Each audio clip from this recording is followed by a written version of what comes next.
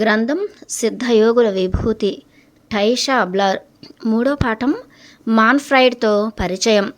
నేను చకచక సగం శాండ్విచ్ తిన్నాక క్లారా ఇచ్చిన జాకెట్ వేసుకుని బూట్లు తొడుక్కుని ఇద్దరము చెరో హెవీ డ్యూటీ ఫ్లాష్ లైట్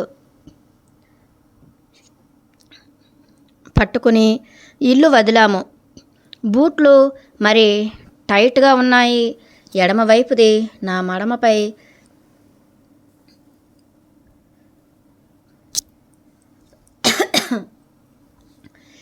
బూట్లు మరీ టైట్గా ఉన్నాయి.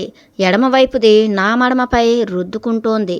అక్కడ తప్పకుండా బొబ్బ వస్తుందని నాకు అనిపిస్తోంది. కానీ నా అదృష్టం ఇంత చల్లటి సాయంకాలం ఈ జాకెట్ ఉంది.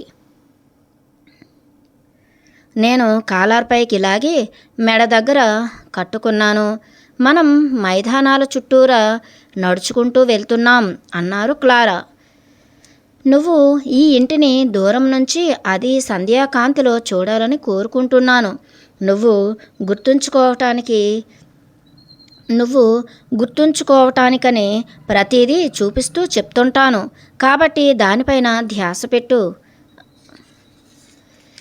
మేము ఓ ఇరుకైన కాలిబాటలో నడుచుకుంటూ వెళ్ళాం. దూరంగా ఓదా రంగు ఆకాశానికి ఎదురుగా నల్లని రంపం అంచులాంటి నీడల్లాగా తూర్పు పర్వతాలని చూశాను. అవి ఎందుకంత అపసవ్యంగా అసహ్యంగా ఉన్నాయని అడిగినప్పుడు క్లారా ఆ పర్వతాలు అంత అరిష్టంగా కనిపించడానికి కారణం వాటి ఆది భౌతిక సారం అతి ప్రాచీనమైనదని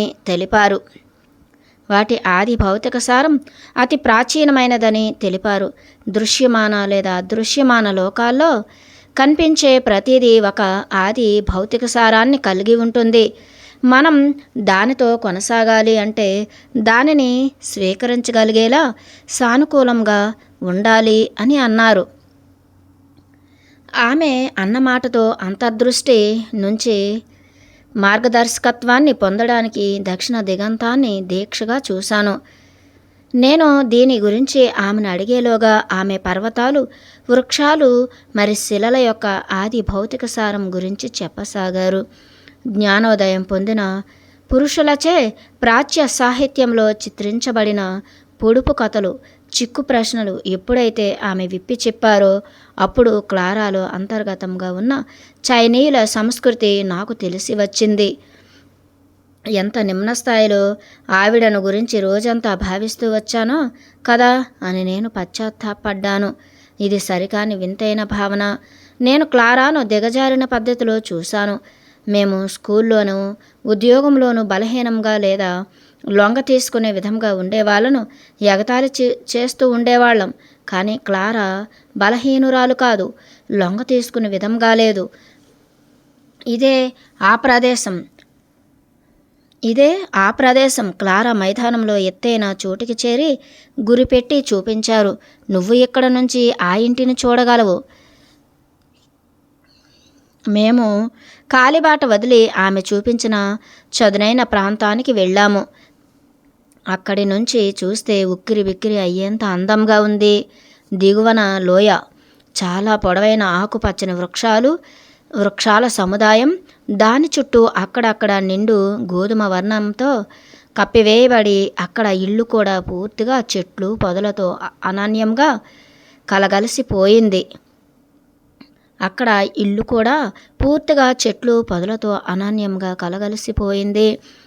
ఆ ఇల్లు పూర్తిగా 4 దిశల ఆధారంగా నిర్మితమైంది.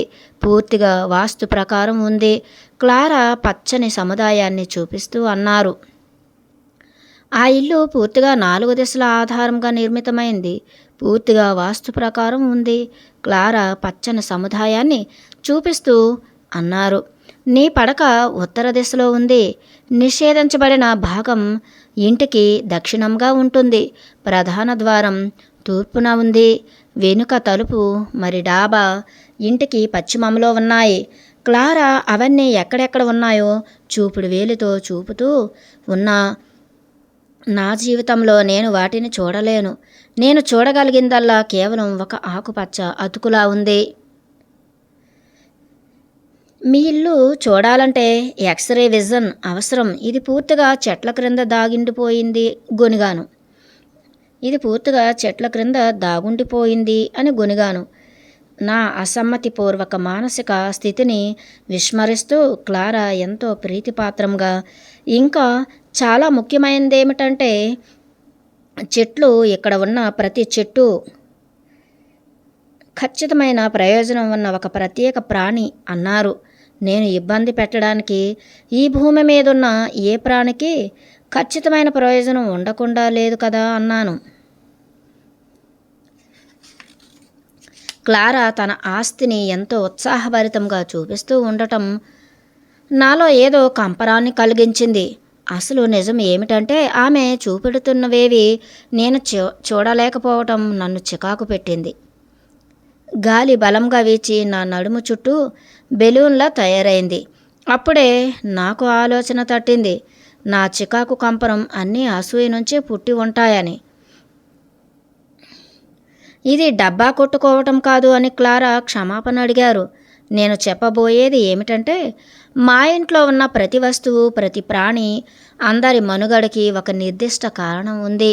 వాటిలో చెట్లు, మనుష్యులు, నేను, ఇంకా నువ్వు కూడాను. నేను విషయం మార్చడానికి అంతకంటే మెరుగైనది ఏమీ లేనందువల్ల ఈ ఇంటిని మీరు కొనుగోలు చేశారా క్లారా అడిగాను. లేదు, ఇది మా వారసత్వపు ఆస్తి. తరతరాలుగా ఇది మా కుటుంబం ఆధీనంలోనే ఉంది. మెక్సికోలో ఎన్ని సంక్షోభాలు తలెత్తుతూ వచ్చినా కూడా ఈ ఇల్లు ఎన్నోసార్లు నాశనం చేయబడి మళ్ళీ అనేకసార్లు పునర్నిర్మించడం జరిగింది. నేను గ్రహించిందేమిటంటే, నేను సులభంగా ఉన్నవని భావించి అడిగిన సరళమైన సూటి ప్రశ్నలకు క్లారా సూటైన సమాధానాలు ఇస్తున్నారు. ఆది భౌతిక సారం గురించి ఆమె చర్చ నాకు కొంత అర్థం కాకపోవడం వల్ల నాకు కాస్త విశ్రాంతిగా ఏవైనా లౌకిక విషయాలు మాట్లాడితే బాగుంటుందని భావించాను. కానీ నాకు మనస్తాపం కలిగిస్తూ క్లారా ఆ విషయం అక్కడికి తుంచేసి మళ్ళీ తన మార్మిక విషయాలు పరోక్షంగా చెప్పసాగారు. ఆ ఇల్లు అక్కడ నివసించే వ్యక్తుల అన్ని చర్యలకు, కర్మలకు ప్రతిరూపంలాగా ఉంది. ఆమె ఎంతో గౌరవ భావంతో అన్నారు. దీని ఉత్తమ లక్షణం ఏమిటంటే, రహస్యంగా ఉండి అది ఎవరైనా చూడవచ్చు, కానీ ఎవరూ చూడడం లేదు. ఇది మనస్సులో ఉంచుకో, ఇది చాలా ముఖ్యం అంది. నేను ఎలా గుర్తుంచుకోవటం ఆలోచించాను. గత 20 నిమిషాల నుంచి నా కళ్ళు సంధ్య వెలుగులో ఆ ఇంటిని చూడడానికి ప్రయత్నించి ప్రయాసకు లోనయ్యాయి. ఒకవేళ నాకు జత బైనాక్యులర్స్ కనుక ఉంటే నా ఆసక్తిని తృప్తిపరిచేదాన్ని. నేను వ్యాఖ్యానించకముందే క్లారా కొండ దిగి నడవసాగారు. నాకు అక్కడే మరి కాసేపు ఉండి ఆ రాత్రి తాజా గాలి శ్వాసించాలని ఉన్నాను. మళ్ళీ తిరిగి వెళ్ళేదారి ఆ చీకట్లో కనుగొనలేనేమో అని భయపడ్డాను. పగటి వేళ మళ్ళీ ఆ ప్రదేశానికి తిరిగి వచ్చి క్లారా చెప్పినట్లుగా ఆ ఇంటిని చూడటం సాధ్యమేనేమో చూడాలి అనుకుని మనస్సులో గుర్తుపెట్టుకున్నాను. మేము తిరిగి రావటానికి చాలా తక్కువ సమయం పట్టింది. బాగా చీకటి పడింది. నేను మా ఫ్లాష్ లైట్ ద్వారా ప్రకాశించే చిన్న ప్రదేశాన్ని మాత్రమే చూస్తూ వచ్చాను. ఆమె ఒక చెక్క బెంచ్ పైకి చేరి నన్ను అక్కడ కూర్చుని బూట్లు, జాకెట్ విప్పి తలుపు ప్రక్కగా ఉన్న రాక్లో వాటిని వ్రేలాడదీయమని చెప్పారు.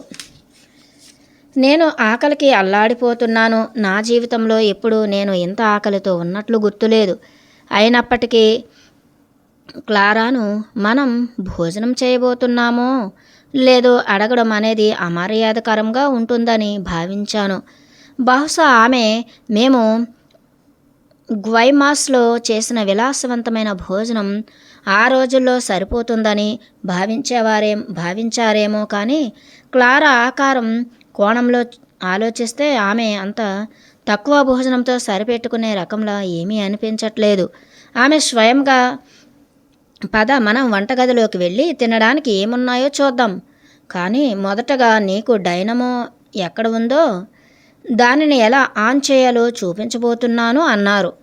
ఆమె నన్ను తన ఫ్లాష్ లైట్ సహాయంతో గోడ ప్రక్క గల దారిలో ఇనుప రేకులతో చేసిన ఇటుకల షెడ్లోకి తీసుకువెళ్లారు. ఆ షెడ్లో ఒక చిన్న డీజిల్ జనరేటర్ ఉంచారు. నాకు దానిని ఎలా ఆన్ చేయాలో తెలుసు. ఎందుకంటే ఊళ్ళో ఉన్నప్పుడు మా ఇంట్లో విద్యుత్ వైఫల్యం సంభవించినప్పుడు ఉపయోగించేవాళ్ళం.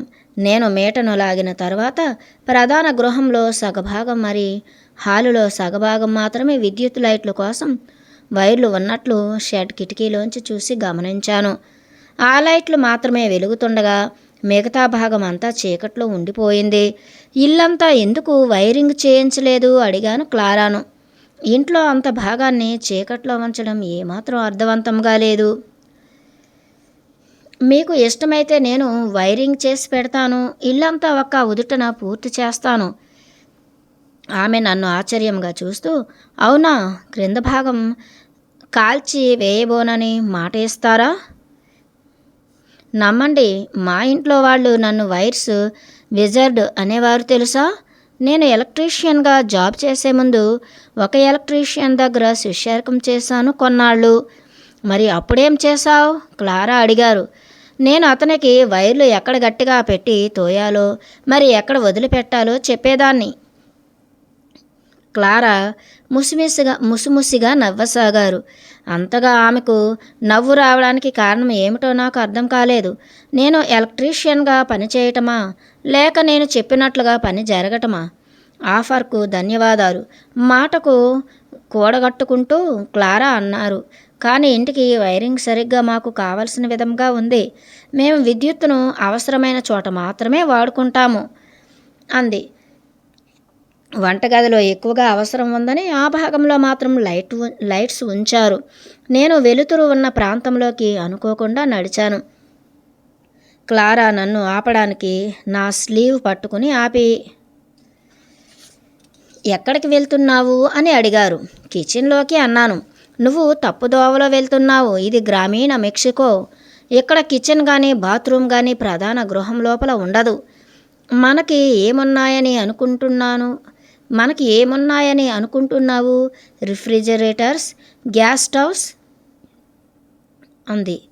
ఆమె తన వ్యాయామశాలకు ప్రక్కగా ఇదివరకు ఎప్పుడు నేను చూడని ఇంకో చిన్న భవనంలోకి దారి తీశారు. అది గాఢమైన సువాసనాభరిత పుష్పించే చెట్ల మధ్య కప్పబడింది. టెర్రాకోటా టైల్స్తో హాయి గొలిపే తెల్లని గోడలతో వాటిపైన వరుసగా అమర్చిన ప్రకాశవంతమైన ట్రాక్ లైట్స్తో అత్యంత విశాలంగా ఉంది. సాధారణంగా అందరూ ఆధునిక గృహోపకరణాలు తెచ్చుకుని ఉపయోగించుకోవడానికి ఎంతకైనా శ్రమిస్తారు. అక్కడున్నవన్నీ ఎంతో అందమైన ప్రాచీన సాంప్రదాయ గృహోపకరణాలు. ఆ గదిలో ఒక ప్రక్కన ఇనుముతో చేసిన పెద్ద కట్టెల పొయ్యి మండుతూ ఉంది. దానికి క్రింద గాలి ఊదటానికి పైన ఎగ్జాస్ట్ పైపుతో సీలింగ్కు చేసిన రంధ్రం ద్వారా పొగను బయటకు పంపడానికి గొట్టాలు ఉన్నాయి. గది మరో ప్రక్కగా 2 పొడవైన పిక్నిక్ స్టైల్స్ టేబుల్స్ రెండు వైపులా బెంచీలతో అమర్చబడి ఉన్నాయి. వాటి ప్రక్కన 3 అంగుళాల మందంతో వర్క్ టేబుల్ ఉంది. దాని ఉపరితలం చెక్కతో ఉండి చాలా రోజులుగా దానిపై చాపింగ్ చేయడానికి వాడబడిన దానిలా కనిపిస్తోంది. గోడలకు వరుసగా కుట్టిన కొక్కేలకి బుట్టలు, ఇనుప కుండలు, పెనాలు, కడాయిలు ఇంకా మరెన్నో వంట సామాగ్రి వేలాడుతూ ఉన్నాయి. ఆ స్థలం మొత్తం చూడగానే కాస్త మోటుగా కనిపించినా కానీ కొన్ని మ్యాగజైన్స్లో కొన్ని కనిపించే విధంగా నిండుగా వస్తువులతో సౌకర్యవంతమైన వంటగది రూపాన్ని పుణికిపుచ్చుకుంది. పొయ్యి మీద 3 మట్టి పాత్రలు మూతలతో సహా ఉన్నాయి. క్లారా నన్ను ఒక టేబుల్ దగ్గర కూర్చోబెట్టి పొయ్యి దగ్గరికెళ్ళి నా వైపు వీపు పెట్టి అటు తిరిగి కలుపుతూ తిప్పుతూ పనిలో తలమునకలయ్యారు. కొన్ని నిమిషాల్లోనే ఆమె కంద పులుసు, అన్నం, మరి బీన్స్ వండి వడ్డించారు. ఇన్ని ఆహార పదార్థాలు ఎప్పుడు సిద్ధం చేశారు? నిజంగా ఆసక్తితో అడిగాను. ఎందుకంటే ఆమె వచ్చినప్పటి నుంచి ఇవన్నీ చేయటానికి సమయమే లేదు. నేను అన్నీ సిద్ధం చేసుకుని మనం వెళ్లే ముందు పొయ్యి మీద పెట్టాను తేలికగా చెప్పారు. నన్ను ఊరికే మోసం చేయగలను అనుకుంటోందా అని ఆలోచించాను. ఇది తయారు చేయాలంటే కనీసం గంట సమయం పడుతుంది. నమ్మలేకుండా ఉన్న నన్ను నిశ్చలంగా అలా చూసి ఆమె ప్రశాంతమైన నవ్వు నవ్వారు. నువ్వు ఊహించింది నిజమే. నాకు భ్రమ కలిగించటం ఇష్టం లేదు. కొన్నిసార్లు మనకు భోజనం సిద్ధం చేయడానికి కేర్ టేకర్స్ ఉంటారు. ఇప్పుడెక్కడ కేర్ టేకర్ ఉన్నారా అడిగాను. లేరు. ఉదయం ఎక్కడ కేర్ టేకర్ ఉండి ఇప్పుడు వెళ్ళిపోయాడు.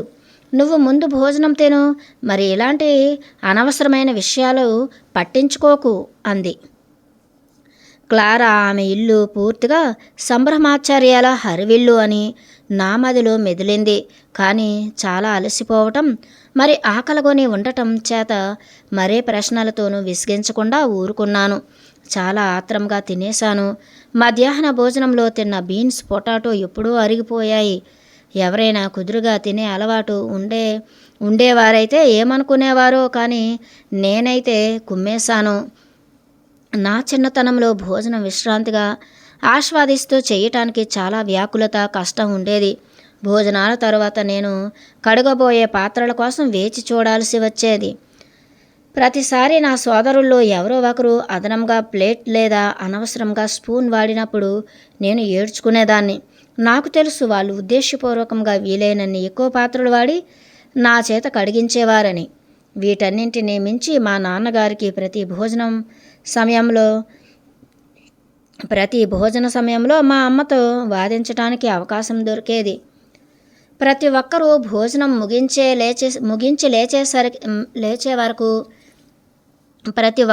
భోజనం ముగించి లేచే వరకు ఆమె అక్కడ నుంచి వదిలి వెళ్ళదని ఆయనకు తెలుసు. అందుకనే ఆయన తన ఫిర్యాదులు మరి మనోవేదన అన్నీ ఆమెపై వెళ్ళగక్కేవారు. సహాయం చేస్తానని వెళ్ళినా కూడా నేను పాత్రలు కడిగే అవసరం లేదని చెప్పారు క్లారా. మేము లివింగ్ రూమ్లోకి వెళ్ళాము. ఎక్కడైతే క్లారా విద్యుత్ అవసరం లేదని స్పష్టంగా భావించారో అది కటిక చీకటిగా ఉంది. క్లారా గ్యాసోలిన్ లాంతరు వెలిగించారు. నా జీవితంలో ఇంతవరకు అలాంటి దీపకాంతి చూసి ఎరుగను. అది మృదువుగా, మరి ప్రకాశవంతంగా, వింతగా, మరి కోమలంగా ఉంది. వెలుగు నీడలు ప్రతి చోట ఉన్నాయి. నేను ఓ కలల జగత్తులో విద్యుత్ దీపాలతో వెలిగి వాస్తవ ప్రపంచానికి చాలా దూరంలో ఉన్నానేమో అని భావించాను. క్లారా, ఆమె ఇల్లు, ఈ గది అన్నీ చూస్తుంటే వేరే లోకానికి, వేరే కాలానికి సంబంధించినట్లుగా ఉన్నాయి. నేను మా శునకానికి పరిచయం చేస్తానని నీకు మాట ఇచ్చాను, సోఫాలో కూర్చుని అన్నారు క్లారా. మా శునకం ఈ ఇంటి అధికారిక సభ్యుడు. నువ్వు ఏది అనుకున్నా లేదా అన్నా అతని సమక్షంలో జాగ్రత్తగా ఉండాలి. ఆమె ప్రక్కన కూర్చుని, అది ఒక సున్నితమైన మనోదౌర్బల్యంతో ఉన్న కుక్క, జరగబోయే పోరాటానికి జంకుతూ అడిగాను. సున్నితమైనదే, అవును, మనోదౌర్బల్యం కాదు అన్నారు క్లారా. నేను ఎంతగానో అనుకుంటాను. మా శునకం ఎంతో పరిణామం చెందిన జీవి. కానీ పాపం ఆ ఆత్మ స్వీయ ఎదుగుదల కోసం ఓ కుక్కగా ఉండటం ఎంతో కష్టసాధ్యం, లేకపోతే అసాధ్యం. నేను ఆ అర్ధరహితమైన ఆలోచనకు బిగ్గరగా నవ్వి క్లారావి హాస్యాస్పదమైన భావనలని చెప్పాను. నువ్వు సరిగ్గా ఊహించావు. నేను స్వీయ అనే పదం ఉపయోగించాల్సింది కాదు. దానికి బదులుగా అతను ముఖ్యమైనది కోల్పోయాడు అని చెప్పాల్సింది. ఆమె అంగీకరించారు. నాకు తెలుసు, సరదాగా ఆమె నన్ను వెక్కిరిస్తోందని. నా నవ్వు మారిపోయింది. నువ్వు నవ్వుకోవచ్చు, కానీ నేను నిజానికి చాలా గంభీరంగా ఉన్నాను. తక్కువ స్వరంలో, నేను నిన్ను న్యాయమూర్తిగా ఉండనిస్తాను అని దగ్గరగా వంగి గొసగొసగా తన వెనుక సాపో అంటాము. స్పానిష్లో సాపో అంటే కప్ప, ఎందుకంటే తాను అలాగే కనిపిస్తాడు అని చెప్పారు. కానీ వాడి ముఖం మీద అలా పిలిచే సాహసం చేయకు, అలా చేస్తే వాడు చీల్చి చెండాడుతాడు నిన్ను అని చెప్పింది. ఇప్పుడు నువ్వు కానీ నన్ను నమ్మకపోతే, లేదా చాలా ధైర్యం ఉంటే, లేదా బుద్ధి లేకపోతేనో ఓసారి ప్రయత్నించు. శునకానికి పిచ్చెక్కి అప్పుడిక ఒక్కటే చేస్తాడు. ఏంటది? ఇంకా హాస్యంగానే. కానీ ఇప్పుడు కాస్త భయం తాలూకు టచ్తో అడిగాను. నువ్వు వెంటనే నేను ఒక తెల్ల కప్పను అని అనాలి. వాడు ఆ మాట వినడానికి ఇష్టపడతాడు చెప్పింది. నేను ఏమీ ఆమె మాయలో పడబోవట్లేదు. నేను అలాంటి అర్థం పర్థం లేనివి నమ్మేంత వెర్రిదాన్నేం కాదు. బహుశా మీరు మీ కుక్కకి సాపో అన్న పదానికి ప్రతికూలంగా స్పందించేలా శిక్షణను ఇచ్చారు అని వాదించాను. నాకు కుక్కల శిక్షణలో అనుభవం ఉంది. నాకు తెలిసి కుక్కలేమీ పెద్ద తెలివైనవి కావు. వాటి గురించి మనం ఏమనుకుంటున్నామో తెలుసుకొని బాధపడ్డానికి అన్నాను. సరే అయితే ఇలా చేద్దాం. నిన్ను వాడికి పరిచయం చేస్తాను. తర్వాత మనం జంతుశాస్త్ర పుస్తకంలో కప్ప బొమ్మలు చూస్తూ వాటి గురించి మాట్లాడుకుందాం క్లారా ప్రతిపాదించారు. అప్పుడు ఒకసారి నాతో మెల్లగా అను, వీడు అచ్చు కప్పలా ఉన్నాడు కదూ అని. అప్పుడు చూద్దాం ఏం జరుగుతుందో. నేను ఆవిడ ప్రతిపాదనకు అంగీకారం కానీ తిరస్కారం కానీ తెలిపేలోగా క్లారా ప్రక్క తలుపుకుండా బయటకు వెళ్ళి గదిలో నన్ను ఒంటరిగా వదిలిపెట్టారు. పరిస్థితి అంతా పూర్తిగా నా నియంత్రణలోనే ఉంటుందని. ఈమె చెప్పినట్లు అర్థం లేని తెలివి తక్కువ తనంతో కుక్కలు అత్యంత పరిణామం చెందిన చైతన్యంతో ఉంటాయని నమ్మకుండా ఉంటానని నాకు నేను హామీ ఇచ్చుకున్నాను. ఇలా నాకు నేనే నా మనస్సుకు ఉత్సాహం అందిస్తుండగా క్లారా ఇంతవరకు నేను జీవితంలో కనీ విని ఎరుగని పెద్ద కుక్కతో తిరిగి వచ్చారు. అది ఒక భారీ మగ కుక్క. ఆ పాదాలు కాఫీ సాసర్ల పరిమాణంలో, వెంట్రుకలు నున్నగా నల్లగా ఉన్నాయి. వాడి పసుపు రంగు కళ్ళతో జీవితం బోర్ కొట్టిన వాడిలాగా ఉన్నాడు. చెవులు గుండ్రంగా, ముఖం బాగా బలిసి రెండు వైపులా ముడతలు పడి ఉంది. క్లారా సరిగ్గానే చెప్పారు. వీడు ఖచ్చితంగా ఒక భారీ కప్పలాగే ఉన్నాడు. నా దగ్గరగా వచ్చి ఆగాడు. అప్పుడు క్లారా వైపు చూసి ఆమె చెప్పేది వినటానికి వేచి ఉన్నాడు. టయీషా, నా స్నేహితుడు మాన్ఫ్రైడ్కు పరిచయం చేసుకోండి. మాన్ఫ్రైడ్, ఈమె టయీషా అని చెప్పింది. నేను నా చేతిని ముందుకు చాచి దాని పంజాతో కలిపి షేక్ చేద్దామని భావిస్తోండగా క్లారా అలా చేయవద్దు అన్నట్లు తలాడించి సైగ చేశారు. నిన్ను కలిసినందుకు సంతోషంగా ఉంది మాన్ఫ్రైడ్. నేను నవ్వకుండా భయపడకుండా ఉండడానికి ప్రయత్నించాను. వాడు నాకు మరింత దగ్గరగా వచ్చి నా వాసన చూడసాగాడు. నాకు భయం వేసి వెనక్కి దూకాను. అప్పుడే వాడు గుండ్రంగా తిరిగి ముందర కాళ్లతో నా మోకాలు కీళ్ల వెనుక కొట్టడంతో నేను పట్టుకోల్పోయాను. మళ్ళీ నాకు తెలిసేసరికి అది నా 4 కాళ్ళు ఫ్లోర్ మీద పెట్టుకుని నా ముఖం నాకుతోంది. మళ్ళీ నాకు తెలిసేసరికి అది 4 కాళ్ళు ఫ్లోర్ మీద పెట్టుకుని నా ముఖం నాకుతోంది. నేను లేవాలని ప్రయత్నించేలోగా సరిగ్గా నా ముక్కులో అపానవాయువు వదిలాడు. నేను అరుస్తూ పైకి ఎగబాకాను. క్లారా ఎంత గట్టిగా నవ్వారంటే ఆమెకు మాట్లాడటం కూడా చేత కాలేదు. నాకు తెలుసు మాన్ఫ్రైడ్ కూడా నవ్వుతున్నాడు అని. వాడు గొప్ప ఘనకార్యం చేసినట్లుగా క్లారాను ఆసరాగా చేసుకుని కూర్చుని తన ముందర కాళ్లతో ఫ్లోర్ను గీకుతూ నన్నే చూస్తున్నాడు. నేను పట్టలేనంత కోపంతో ఛీ, కప్ప కుక్క, కంపు కుక్క అని గట్టిగా తిట్టాను. వెంటనే వాడు ఎగిరి నా మీద తలతో నన్ను కుమ్మాడు. నేను ఫ్లోర్ పైన వెళ్ళకిలా పడ్డాను. నా పైన ఎక్కి కూర్చున్నాడు. వాడి దవడ నా ముఖం నుంచి అంగుళ మాత్రం దూరంలో ఉంది. పసుపు రంగు కళ్ళతో క్రూరత్వాన్ని అంత దగ్గరగా చూశాను. వాడి ఊపిరి నుంచి వస్తున్న దుర్గంధం చాలు ఎవరైనా వాంతి చేసుకోవడానికి. అదీ కాక వాడు నాకు అంత చేరువలో ఉన్నాడు. మరి నేను వీడి భారీ నుంచి కాపాడుకోవటానికి క్లారా కోసం బిగ్గరగా అరుస్తుంటే వాడు భయంకరంగా గుర్రుమంటున్నాడు. ఇంకా నేను భయంతో సొమ్మసిల్లిపోబోతున్నాను అనుకుంటుండగా నా అరుపులు, కుక్క గాండ్రింపుల మధ్య క్లారా గట్టిగా కేకలు వేస్తూ త్వరగా చెప్పు, నేను చెప్పమని చెప్పింది వాడికి చెప్పు అని అరవటం వినపడింది. నాకు నోరు తెరిచి మాట్లాడడానికి కూడా చాలా భయం వేసింది. ఉద్రేకంతో క్లారా వాడి చెవులు పట్టుకుని లాగి అవతలకు తీసుకువెళ్ళడానికి ప్రయత్నించారు. కానీ అది ఆ మృగాన్ని మరింత కోపోద్రిక్తుణ్ణి చేసింది. చెప్పు, వాడికి చెప్పింది చెప్పేయి వాడికి. క్లారా అరుస్తూ ఉన్నారు. నాకు ఆ కంగారులో నేనేం చెప్పాలనుకున్నానో అస్సలు గుర్తులేదు. సరిగ్గా అప్పుడే నా గొంతు బిగ్గరగా ఏడుస్తున్నట్లుగా నన్ను మన్నించు క్లారా, ఒక్కటే కప్పలా కనిపిస్తోంది అన్నాను. తక్షణమే ఆ శునకం తన కర్కశ ప్రయత్నాన్ని నిలిపేసి నా ఛాతీ మీద నుండి క్రిందికి దిగి వెళ్ళిపోయాడు. క్లారా నాకు సాయం చేసి నన్ను సోఫాలో కూర్చోబెట్టారు. మాన్ఫ్రైడ్ తన చేతిని క్లారాకు ఇస్తూ మమ్మల్ని అనుసరించాడు. క్లారా నాకు కొన్ని వెచ్చని నీరు త్రాగటానికి ఇవ్వటంతో నాకు మరింత నాజియా వచ్చింది. నేను దారుణంగా అనారోగ్యం పాలవకముందే అవుట్ హౌస్లోకి చేరుకున్నాను.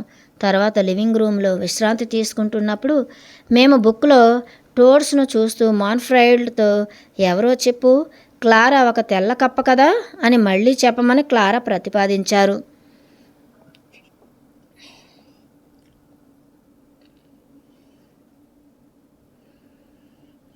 ఆమె చెప్పేదేమిటంటే, ఆ విధంగా చేసి మాన్ఫ్రైడ్ మనస్సులోంచి ఈ గందరగోళం అంతా తుడిచిపెట్టేయటం. పాపం ఇలాంటి కుక్కగా పుట్టడం వల్ల వాడు చాలా చులకనగా భావిస్తున్నాడు. ఆ ఆత్మ అలా ఉండాలని అనుకోవట్లేదు. కానీ ఏం చేయగలడు? ఎవరైనా తనని ఇలా అసహ్యం చేస్తే వాడు రెచ్చిపోతాడు. నేను ఆమెతో నేనున్న స్థితిలో శునక మనస్తత్వ శాస్త్రంలో మరిన్ని పరిశోధనలకు సరితూగే విషయాన్ని కాదు అన్నాను. కానీ క్లారా తప్పకుండా ఇది చేసి తీరాలని పట్టుబట్టారు. ఆమె అలా బుక్ తెరిచిందో లేదో మాన్ఫ్రైడ్ బుక్లు పిక్చర్స్ చూడటానికి పైకి ఎక్కాడు. క్లారా టోడ్స్ను చూపిస్తూ టీస్ చేస్తూ అవి ఎంత వింతగా ఉన్నాయో, కొన్ని మరీ ఎంత విచిత్రంగా అందవిహీనంగా ఉన్నాయో అంటూ అపహాస్యం చేస్తూ మాట్లాడసాగారు. నేను వంతపాడుతూ మా అర్థం పర్థం లేని సంభాషణకు ముగింపు పలకటానికి తరచూ టోడ్ సావో అని ఎక్కువసార్లు బిగ్గరగా పలుకుతూ ఉన్నాను. మాన్ఫ్రైడ్ నుంచి ఏ స్పందన లేదు. నేను మొదటిసారి అతన్ని చూసినప్పుడు ఎంత నిర్లిప్తంగా కనిపించాడో అలాగే ఉన్నాడు. మేం ముందుగా అనుకున్నట్లుగానే నేను క్లారాతో బిగ్గరగా ఆమె అచ్చంగా వైట్ టోడ్లా ఉందని అన్నాను. మాన్ఫ్రైడ్ వెంటనే వాడి తోకాడిస్తూ నిజమైన యానిమేషన్ సంకేతాలను చూపించాడు. నేను చాలాసార్లు ఆ వాక్యాన్ని పునరావృతం చేశాను. బిగ్గరగా నేను ఎన్నిసార్లు అంటుంటే శునకం అంత ఎక్కువగా ఉత్సాహపడిపోసాగాడు. అప్పుడే నాకు ఫ్లాష్ వెలిగి నేను కూడా ఆమెలాగే ఒక సన్నటి కప్పని, నేను క్లారాలాగా కావాలనుకుంటున్నాను అన్నాను. అప్పుడు ఆ శునకం ఎలక్ట్రిక్ షాక్ కొట్టినట్లుగా ఒక్క ఉదుటున గెంతాడు. అప్పుడు క్లారా, మీరు ఇంకాస్త ఎక్కువ చేస్తున్నారు టైషా అన్నారు. నిజంగా మాన్ఫ్రైడ్ చాలా ఉత్సాహంగా ఉన్నాడు. ఇకపై ఇలాగే ఉంటాడని నేను అనుకున్నాను. అతను గదిలోంచి పరుగు తీశాడు. మరే ఆలోచన లేకుండా సోఫాలో ఒత్తిగిల్లాను. అన్ని సందర్భానుసార రుజువులు ఉన్నప్పటికీ నేను నమ్మలేకపోతున్నాను. ఒక కుక్క తనకు నచ్చని అవమానకరమైన నిక్నేమ్కు ప్రతిస్పందిస్తున్న విధానం చెప్పండి క్లారా. చెప్పండి క్లారా, ఏంటి ఉపాయం? మీ కుక్కకు ఈ విధంగా ఉండటానికి ఎలాంటి శిక్షణను ఇచ్చారు? నువ్వు చూసింది ఒక ఉపాయం కాదు, ఆమె బదులు ఇచ్చారు. మాన్ఫ్రైడ్ నిగూఢమైన అజ్ఞాతమైన జీవి. వీడికి కోపం రాకుండా సోపో, సఫీటో, లిటిల్ టోడ్ అని పిలిచేవారు ఒక్కరే ఉన్నారు ఈ ప్రపంచం మొత్తంలో.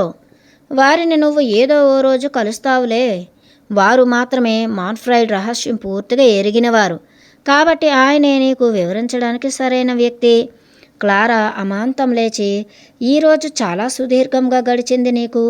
ఇంకా నువ్వు పడుకోవడానికి ఇది సమయం అంటూ నా చేతికి లాంతరు అందించారు. నాకు కేటాయించిన రూములోకి నన్ను తీసుకెళ్ళి, నీకు అవసరమైనవన్నీ లోపల ఉన్నాయి చూసుకో అన్నారు. ఛాంబర్ పాట్ బెడ్ క్రింద ఉంది. ఒకవేళ రాత్రి వేళల్లో అవుట్ హౌస్కి వెళ్లాల్సి వస్తే భయపడకుండా, మీకంతా సౌకర్యంగానే ఉంటుందని ఆశిస్తున్నాను అంటూ నా చేతిపై చిన్నగా తట్టి ఆ చీకటి వరండాలోంచి అదృశ్యమయ్యారు. నాకు ఆమె బెడ్రూమ్ ఎక్కడ ఉందో తెలియదు. ఒకవేళ బహుశా అది నాకు అనుమతి లేని విభాగంలో ఉన్నదేమో అని ఆశ్చర్యం వేసింది.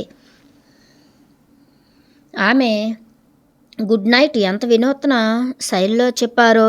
నేను ఓ క్షణం అలా నిల్చుండిపోయాను. తలుపు గడియ వేసి నా గదిలోకి ప్రవేశించాను. గాసోలిన్ లాంతరు గదంతా కాంతిని విరజిమ్ముతోంది. లివింగ్ రూమ్ టేబుల్ మీద నుంచి క్లారా తెచ్చిపెట్టిన ఫ్లవర్ వేజ్పై పడి లాంతరు వెలుగు జిలుగులు గదంతా పరుచుకున్నాయి. చెక్కపై చెక్కిన నగిషీలు కూడా మెరుస్తున్నాయి. ఆ బెడ్కున్న మంచం కోళ్ళు సర్పాల్లాగా వంపులు తిరిగి పాకాయి. మహాగని శిల్పాలతో నిండిన అరలు, చిన్న చిన్న గృహాలంకార వస్తువుల యొక్క ఉనికికి కారణం తక్షణం నేను గ్రహించాను. ఆ లాంతరు వెలుగులు వీటి మీద పడి అవి పూర్తిగా రూపాంతరం చెంది కాల్పనిక ప్రపంచంలో సృష్టించబడినట్లు అర్థమైంది. క్లోయిజన్, పోర్సిలిన్ వంటివి విద్యుత్ లైట్ల కోసం తయారు చేసినవి కావని మనస్సుకు తోచింది. నా గదిలో ఇంకా అన్వేషించాలనే కోరిక లోలోన ఉన్న విపరీతంగా అలసిపోవటం చేత లాంతర్ను పడక ప్రక్కగా ఉన్న చిన్న టేబుల్ మీద పెట్టి నా దుస్తులు తొలగించాను. ఒక కుర్చీ వెనకాల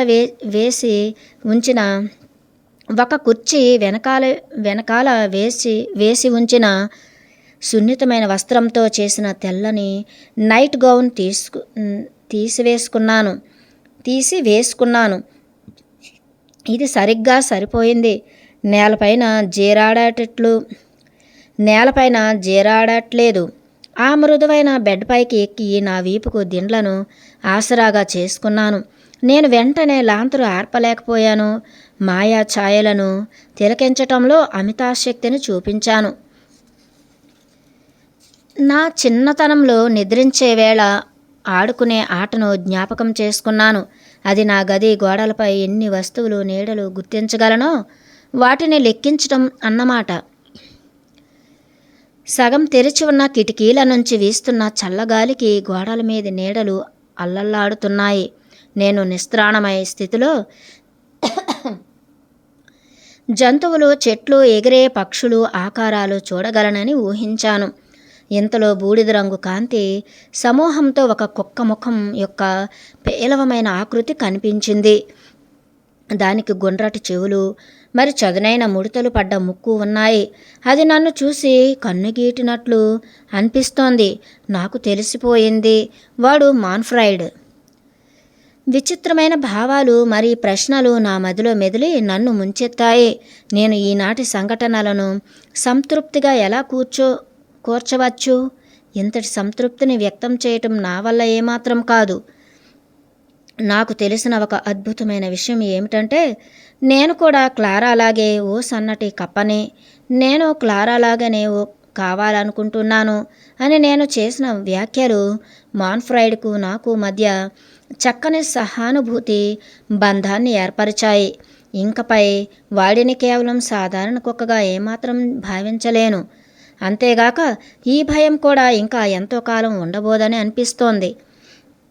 నేను ఎంత అపనమ్మకంతో ఉన్నప్పటికీ వాడికి గల ప్రత్యేకమైన ప్రజ్ఞ వలన నేను క్లారా మాట్లాడుకుంటున్న విషయాల పట్ల అవగాహనతో ఉన్నాడు అనిపిస్తోంది.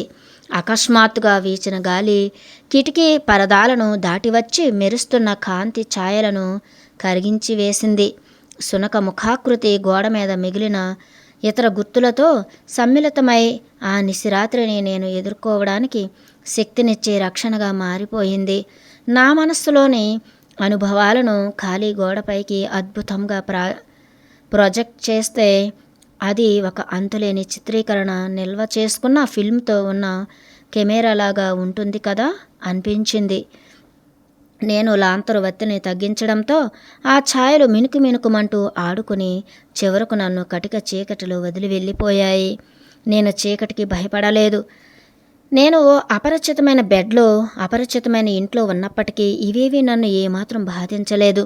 ఇందాక క్లారా ఇది నా గది అని చెప్పారు. ఇందులో కాసేపు గడపగానే నిజంగా సొంత ఇంట్లో ఉన్నట్లు అనిపిస్తోంది. ఇక్కడ నేను పూర్తి సంరక్షణలో ఉన్నాను అనే బలమైన భావన కలిగింది. నా ఎదురుగా ఉన్న చీకటిలోకి తదేకంగా చూస్తుంటే ఆ గదిలో గాలి జీవకళ నా ఎదురుగా ఉన్న చీకటిలోకి తదేకంగా చూస్తుంటే ఆ గదిలో గాలి జీవకళతో ఉన్నట్లు గమనించాను. ఈ ఇల్లు కంటికి కనబడని శక్తి చేత ఛార్జ్ చేయబడుతుంది. విద్యుత్ ప్రవాహం విద్యుత్ తీగల గుండా ప్రవహించినట్లు అని ఇంటి గురించి క్లారా చెప్పిన మాటలు జ్ఞాపకం వచ్చాయి. ఇంతవరకు దీనిలో ఏదో ఓ చైతన్యం ఉందని గుర్తించకపోయినా కానీ ఇప్పుడు ఈ సంపూర్ణ నిశ్శబ్దంలో నేను మృదు మధురమైన హమ్మింగ్ శబ్దం స్పష్టంగా విన్నాను. అప్పుడు నేను అతి సూక్ష్మమైన బుడగలు గదంతా అద్భుతమైన వేగంతో ఎగురుతూ ఉండడం చూశాను. అవి మంచి ఉత్సాహంగా ఒకదాన్ని మరొకటి గుద్దుకుంటూ సందడి చేస్తుంటే వేల తుమ్మెదల ఝుంకారంలాగా వినిపిస్తోంది. ఈ గది ఈ ఇల్లంతా ఒక నిగూఢమైన చైతన్య శక్తి చేత నింపబడి నా అస్తిత్వాన్ని ప్రజ్వరేలా చేస్తోందని అనిపిస్తోంది.